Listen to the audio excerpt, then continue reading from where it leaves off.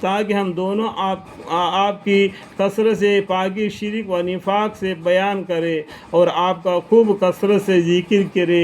بے شک آپ ہم کو خوب دیکھ رہے ہیں۔ ارشاد ہے کہ تمہارا ہر درخواست منظور کی گئی اے موسیٰ علیہ السلام، اور ہم تو ایک دفعہ اور بھی اس کے قبل سے بے درخواست ہی تم پر احسان کر چکے، جب کہ ہم نے تمہارے ماں کو وہ بات الہام سے بتلائی۔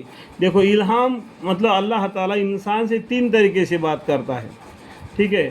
تو یہاں پر الہام سے ان کی ماں سے بات چیت کی، وہ آپ کو قصص الانبیاء پڑھو معلوم پڑ جائے گا، ٹھیک ہے؟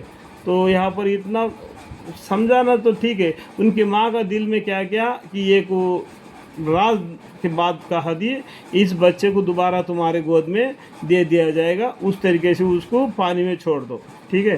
الہام سے بتلائی، جو الہام سے بتلانے کی تھی وہ یہ کہ ان کو یعنی موسیٰ علیہ السلام کو جلادوں کے ہاتھوں سے بچانے کے لیے ایک صندوق میں رکھ کر ان کو دریا میں ڈال دو، پھر ان کو مائع صندوق کے دریا کنارے تک لے آوے گا، آخرکار ان کو ایک شخص پکڑ لے گا جو کافر ہونے کی وجہ سے میرا بھی دشمن ہے اور ان کا بھی دشمن ہے، یعنی موسیٰ علیہ السلام کی دشمن ہے۔ اور موسیٰ علیہ السلام میں نے تمہارے اوپر اپنی طرف سے ایک اور محبت ڈال دیا تاکہ جو تم کو دیکھے پیار کرے۔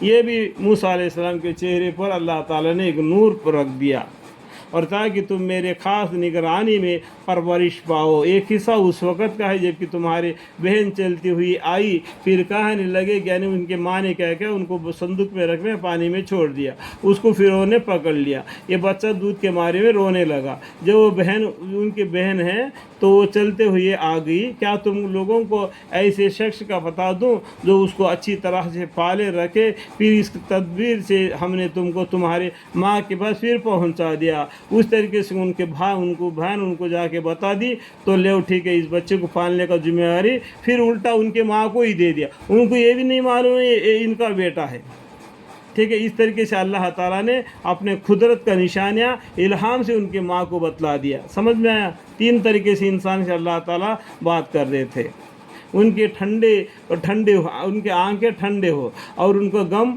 نہ رہے، اس طریقے سے دوبارہ ان کا بیٹے کو ان کے حوالے کر دیا، ان کے گود میں لا دیا اللہ تعالیٰ نے۔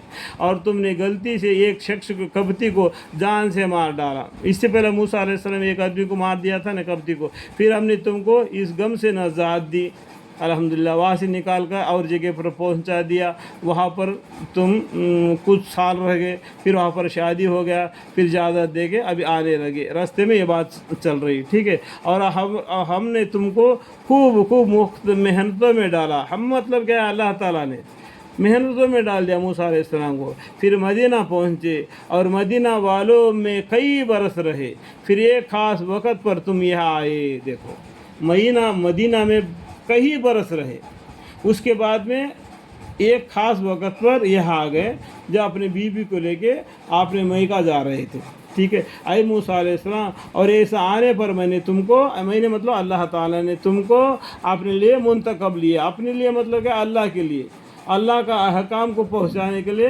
میسنجر بنا لیا، پیغمبر بنا لیا، رسول بنا لیا۔